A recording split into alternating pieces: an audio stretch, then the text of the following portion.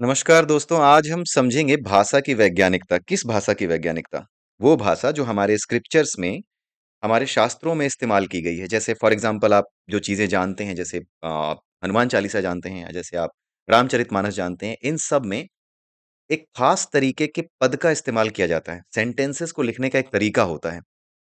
उन सेंटेंसेस को उनकी मात्राओं के आधार पर, based on the counting of the मात्रा, जो मात्रा आप लगाते हो ना, उसके बेसिस पे उनको दोहा कहा जाता है या सोरठा कहा जाता है या फिर चौपाई कहा जाता है।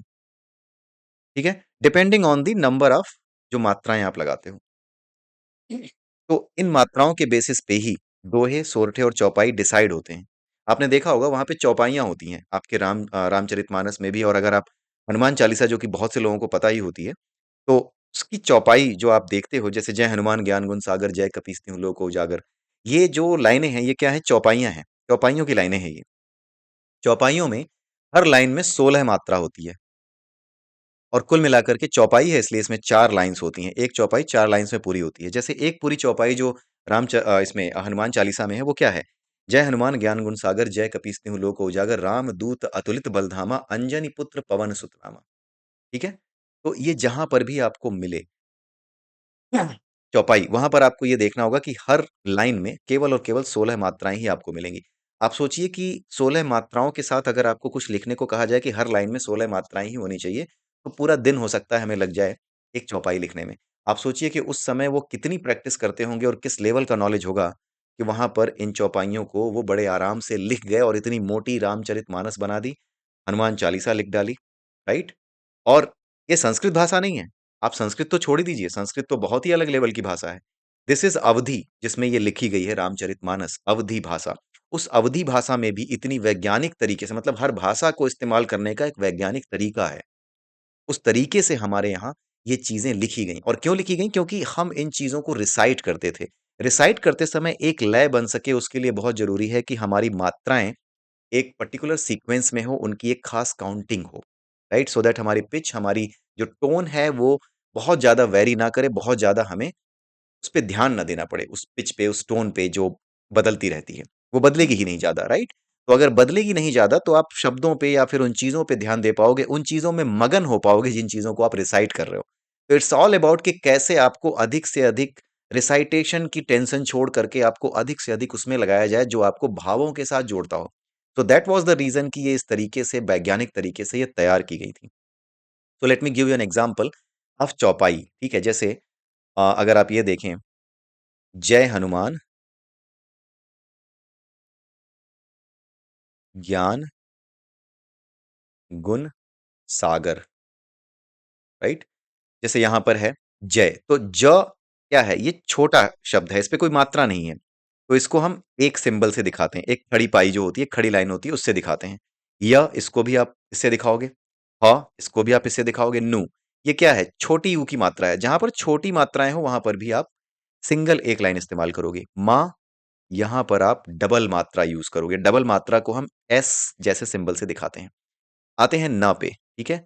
इसके बाद ज्ञा, यहां पर बड़े आ की मात्रा है, so it becomes like this, न छोटा, गु यहाँ पे छोटा है, इसलिए ये न, अगेन छोटा, सा ग र, राइट?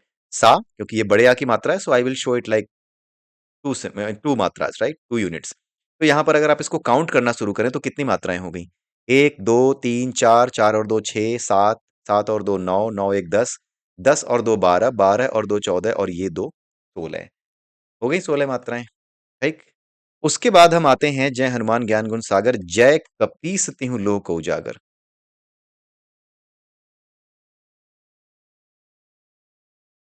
जय कपीस त्यों लोक उजागर, इसमें भी आप मात्राएं लगाइए, राइट? ज य क पी, ठीक है? बड़ी ई की मात्रा है, तो ये एस यूज करोगे आप, एस जैसा सिंबल। स, ती हूं, राइट? अगेन ये छोटे ऊ की मात्रा है, ती हूं। लो क, उजागर, राइट? यहां पर आप गिने, 1 2 3 2 5 1 6, 6 2 8 2 10, एक 11, 12 2 14, और ये दो 16, अगेन 16 मात्राएं हो गई। इस लाइन में भी 16 मात्राएं हो गई। जय कपीस तिहुँ लोक उजागर, राम दूत अतुलित बल धामा। रामदूत अतुलित बल धामा। इसमें भी गिनते हैं। Let us come to this. यहाँ पर आया रा, म, दू, त, अतुलित, ब, ल, भा, मा। आई होप कैसे लगा रहा हूं आपको समझ में आ रहा होगा। सो दो एक तीन, दो पांच, एक छः, छः और चार दस, दस और दो बारह, बारह और दो चौदह और दो सोलह। अगेन आपके सामने 16 मात्राएं आ गई। ये जो चौपाइयां हैं ना, ये बड़ी सिंपल हैं, जहां पे मात्राएं लगाना आसान है। लेकिन कुछ जगहों पे ऐसा भी होता है, कहीं पे अंग आता है, कहीं पे आधा ह आ रहा है, आधा ज आ रहा है। वहां पर आप क्या करोगे? उसके लिए अलग रूल्स हैं, राइट? जहां पे आधा, जैसे फॉर एग्जांपल आधा ज आ रहा है, उसके बाद फिर पूरा जा रहा है, तो इसको एक मात्रा गिना जाता है, इसको डबल नहीं गिना जाता, एक गिना जाता है इसको, राइट? तो ऐसे रूल्स हैं। तो वो रूल्स मैं आपको नहीं बताने जा रहा। I just wanted to tell you कि how scientific it was when it comes to writing these phrases, couplets, और ये चौपाइयां जो लिखी गई हैं, इनको लिखने में कितना साइंटिफिक तरीका इस्तेमाल किया जाता था, राइट? तो वो केवल संस्कृत तो बहुत बड़ी चीज हो गई। आप ये देखिए कि अवधी भाषा तक में इतना साइंटिफिक वे में जो तुलसीदास हैं, इवन कबीर दास के भी आप दोहे पढ़ लीजिए, चाहे रहीम दास के दोहे पढ़ लीजिए, किसी के भी दोहे आप पढ़िए, इवन मीराबाई की जो रचनाएं हैं उसमें भी कहीं चौपाई या दोहा मिलता हो, then in that case as well आपको यही रूल मिलेगा। चौपाइयाँ कहीं भी मिलेंगी तो 16 मात्राएँ। उसी तरीके से दोहे और सोरठे में भी होते हैं। दोहे और सोरठे में क्या होता है? 13, 11, 13, 11। ये दोहे में होता है कि पहले पार्ट में 13 मात्राएँ, दूसरे पार्ट में 11, तीसरे पार्ट में फिर 13 और चौथे पार्ट में फिर 11 मात्राएँ होती हैं। सोरठे में उल्टा होता है, 11, 13, 11, 13, कुछ ऐसा होता है। सो मात्राओं को इस तरीके से कॉम्बाइन किया जाता था पूरी की पूरी अपनी रचना में, जो भी लिखा जाता था, कि वो सब की सब एक पर्टिकुलर लय को बनाने में आपकी हेल्प करते थे। So this is the scientific way of using the language, जो हमारे यहाँ बहुत पहले से यूज की जाती थी। आप सोचिए, अगर कोई हमसे कह दे कि एक चौपाई लिखनी है, तो व्हाट वी विल डू, शायद पूरे दिन में 16 मात्राएं ही लगाते रह जाएंगे, एक चौपाई पूरी नहीं होगी।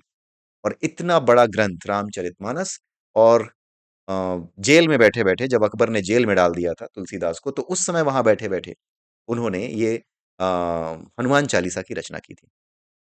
ठीक है। रामदूत अतुलित बलधामा। अब आते हैं अंजनी। अंजनी पुत्र पवन सुत नामा। राइट, अब इस पे लगाते हैं अंग। ये जो अंग है ना, यहां पर ये डबल लगता है। ज एक, नी छोटी मात्रा है तो एक, उ छोटी मात्रा, त्र जहां पर भी इस तरह का कुछ आए, त्र, राइट, ये यहां पर डबल। पवन सुत नामा। अब आप इसको गिनिए, दो, दो चार, पांच, दो सात, तीन 10, दो 12, दो 14 और दो 16। अगेन 16 आ गई। तो कहने का मतलब ये है कि किस तरीके से मात्राओं को लगाओगे उसका भी एक नियम है। जैसे यहाँ पर आपको दिखाई दिया कि इसको आपको समझना पड़ेगा, इसके रूल्स हैं। ठीक है, इन रूल्स को हमारे यहाँ बताया गया था कि ऐसे आप समझोगे कि मात्राएं ऐसे लगाई जाती हैं, राइट? जैसे ये मैंने बताया था कि जहां पर आधा ज और फिर पूरा ज हो, या आधा ना हो फिर पूरा ना हो, then it will be considered as a single मात्रा, राइट? तो ऐसे करके हमारे सारे जो स्क्रिप्चर्स हैं, उसमें जहां पर भी चौपाई आपको मिलेगी, वो इसी तरीके से लिखी गई है। Okay, so I hope you must have enjoyed it. We will meet next video. Till then, have a nice day. Namaskar.